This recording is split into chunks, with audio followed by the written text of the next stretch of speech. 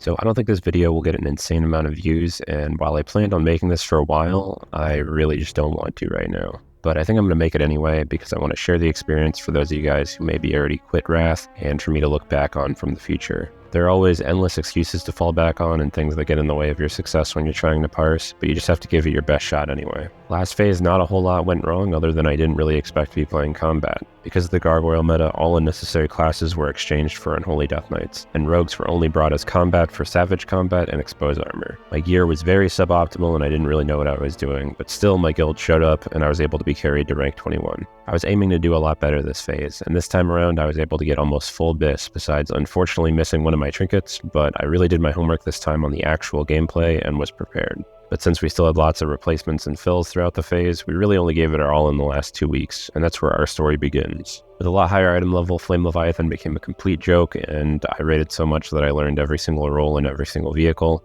Can't say I'll miss this fight though. Razor Scale was always a little bit tricky, but in the second to last week I was able to get some great RNG, which replaced my okay-ish previous best parse of around 250 with a 75 parse. When it comes to burst fights like these, your RNG matters a lot. We dragged one of the dwarves out of the AoE from me and the Feral Druid to pre-stack some combo points before going in on Razor Scale. And over time, vanishing the knockback was extremely easy and consistent to perform, so this fight wasn't ever really all that challenging. When it came to Ignis, there was a mix of opinions on whether we should reset the boss or not. Not resetting allows the casters to precast. In the second to last week, I got slag potted, and since we have like one healer or something, I instantly died. Then in the last week, we had multiple deaths due to underhealing, and so we force wiped it. On the next pull, we killed it, and I was slag potted once again, which made me unable to replace my previous best parse, which was mediocre around 150. When it came to XT a while ago, I had a pretty okay parse in the low hundreds, but it since decayed to 550.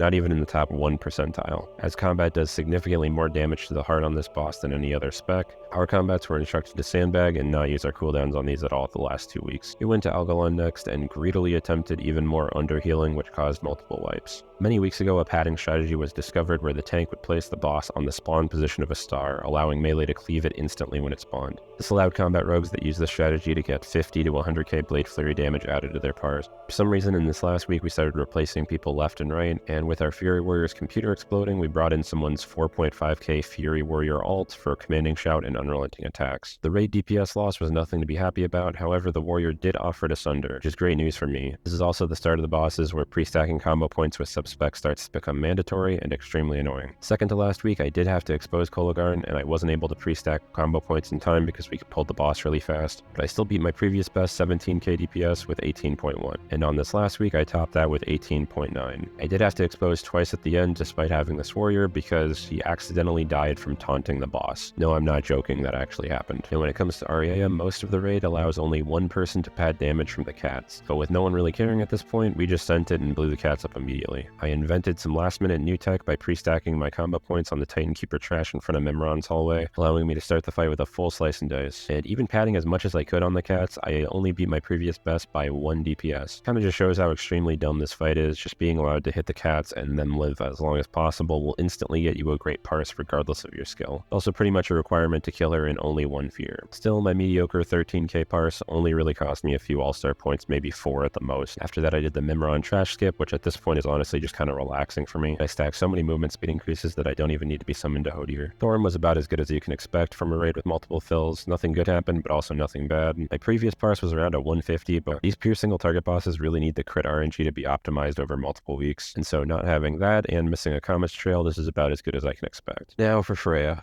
Oh god, Freya. If you don't have a vomit bag next to you, I would highly suggest pausing the video and going to get one right now. It's no secret that zero staging Freya is absolutely mandatory, and this is disproportionately true for combat rogues. Burst to target is one of combat and rogues in general's only strength, and as a result, this will literally double your DPS on this fight. The second to last week, we spent multiple hours re-rolling and attempting this, and we maybe got 4 or 5 shots on a conservative first pull, but the mushroom positioning really just wasn't kind to us at all. We did have a 6% wipe where the tree full healed Freya, which was just sad to see. It would have been a great kill. Burst and Cleave has a lot of variance in it, and so even if you're able to pull this off, you really want to do it multiple times so that way you can get the best possible results. It can really range from 11 to 18k DPS, spiking at 25k DPS during your cooldown window, and then hopefully burning her down before it averages out too hard. Oh yeah, and did I mention that pre-stacking combo points on every single one of these attempts was the most cancer garbage I've ever seen in my entire life. I honestly want to make a whole video just raging about this. In addition to having your healer stack combo points for you, you want to remove your passive trinkets or swap them so that they have 10 seconds left on their cooldown when you pull, so that way they come up right as the conservator spawns and we're in position. This is a really common method that you should also take advantage of on things like XT Heart. Since we didn't get it on the second to last week, that means that we absolutely had to get it this last one.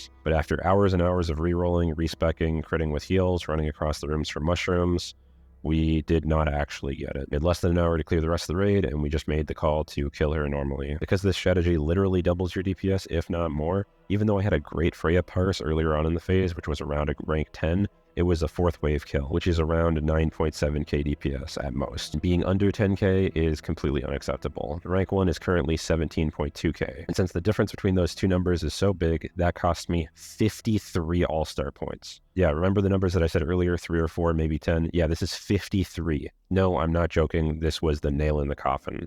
Not only that, it completely decimated the raid's morale for the rest of the night. And with 4 other bosses left in the raid, we just wanted to get it done with and get the loot at this point. We went to Mimron, which was my boss with the worst parse by far. I had an okay-ish 250 parse earlier on in the phase, but since it's decayed to about 800. I was furiously typing to multiple people and I wasn't paying attention at all. I didn't pre-stack combo points and I didn't change my glyphs when we pulled. I hardly even noticed that we pulled. And the glyph of Phantom Knives is an absolute requirement on this boss due to phase 4. Despite griefing myself, I played pretty well and grabbed a 250 parse even without the glyph of Fan and still having Wrathstone on. So I was only taxed around 8 to 10 all-star points instead of potentially more here. We killed Vizax while I was alt-tabbed almost the entire time, and we one-lighted Yogg because almost nobody cared at this point. I had a pretty fine Yogg, being 25 when I first got it and now decaying to around 50. Yogg 0 is another breakpoint fight. In order to shorten the fight, you have to have melee kill the brain in one phase, which can have some RNG around it based on which brain room you get. Every time we executed this strategy, I didn't pad on the Immortal Guardians in phase 3. I just single-targeted Yogg and used my cooldowns on the brain instead of the P3 ads. I assumed later on in the phase we would get more comfortable with the strategy and I would have some attempts at actually padding here, but just like Ignis, sometimes you get screwed over and that just doesn't happen. When we returned to Iron Council, I once again did not even bother pre-stacking. We got fine at RNG on the runes and I played it pretty well, but my crit RNG just didn't show up. I was about 100 DPS off my previous best, but still there was a lot of room for improvement for me here. Day after the raid, which is when I'm recording this, my overall parse was updated to a 77. Earlier in the phase I had maintained around a 20 and then decayed to around 50-ish,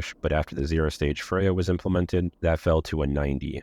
Obviously, my overall number is going to decay throughout the rest of the week, but I'm hoping I'll still be in the mid-80s and still in the top 100, which is all I can really hope for given the massive opportunity cost of not having that 0-stage Freya. I will not remember this tier very fondly at all. The pre-stacking combo points, the all-too-common sandbagging, and the breakpoint bosses are just not anything that's fun for anyone. It could have been a lot worse if Hodier and Vizax were not removed from All-Stars, but I just think it's weird that Freya was not removed on the discovery of the zero-phase strategy, which is seemingly only possible due to a glitch of Shadow Priest and Fury Warrior's anti-healing effects stacking on top of each other. Thankfully, Blizzard is removing pre-stacking combo points next phase, so we don't have to deal with that ever again. And if you're wondering why I don't just wait until next week when literally everything is locked in and I know my actual rank number, it's because I honestly don't really care what that number actually is. Regardless of my rank, I know I'm a good player, and my ego isn't super invested in this one little number on my screen, and I'm not looking to prove anything. I'm confident under different circumstances I could have performed better, and I'm looking forward to those in the future. Ultimately, there was still a lot of my power that I didn't take advantage of, specifically not glyph swapping for that last Mimron. I really regret that.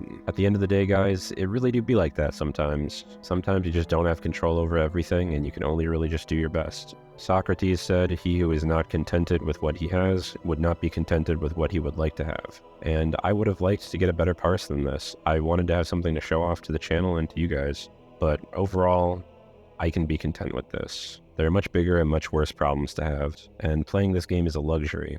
It's also a marathon, not a sprint, and if you can't find a way to deal with the harsh times like this, then you won't be around for the better ones. TOC is like 4 bosses, and none of them really look all that horrifying. Most of them are like target dummies, and I'm really looking forward to slapping my keyboard and pumping the meters. So until next time, see you guys.